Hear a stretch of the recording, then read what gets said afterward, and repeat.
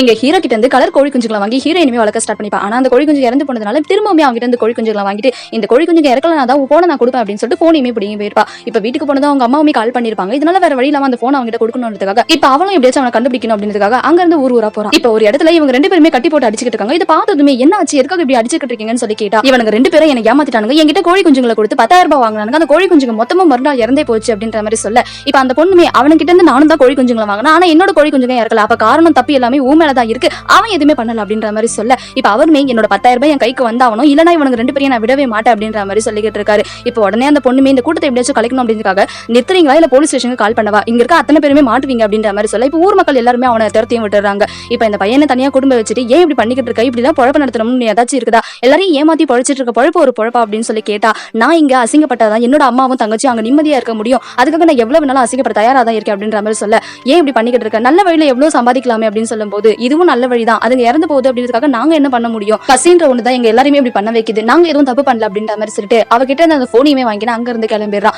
இவ இப்படி பேசுறதுல இருந்து ஹீரோயினுக்கு ஒரே ஹீரோட ஞாபகமா தான் இருக்கு, அவன் மேல சின்ன சின்னதா காதல் வர ஆரம்பிக்குது. அதே சமயம் இங்க ஹீரோக்குமே ஹீரோயின் காப்பாத்துல இருந்து அவளோட ஞாபகமாக தான் இருக்கு, அவனுக்குமே அவளோட காதல வர ஆரம்பிக்குது. இங்க ரெண்டு பேருமே ஒருத்தருக்கு ஒருத்தர் அடிக்கடி சந்திச்சுக்கிறாங்க. அதே சமயம் காதல சொல்லாமலேயே ரெண்டு பேரோட மனசுலயும் காதல் வருது. இப்போ ஒரு நாள் இவனுமே காலேஜுக்கு வெளியில போய் நின்னுக்கிட்டு அவ வருவான்னு சொல்லி வெயிட் பண்ணிக்கிட்டு இருக்கா. இப்ப அவங்க ஃப்ரெண்ட்ஸ் எல்லாருமே சேர்ந்து அவ கண்டிப்பா லவ் பண்ணிருக்க மாட்டா, நீ தான் தேவையில்லாம அவளை பத்தி யோசிக்கிற அப்படின்னு சொன்னா, எனக்கு தெரியும் அவ கண்டிப்பா லவ் பண்றா, இன்னைக்கு நான் என்னோட லவ் சொல்லியே தீர்வு அப்படின்ற மாதிரி நின்னுக்கிட்டு இருக்கா.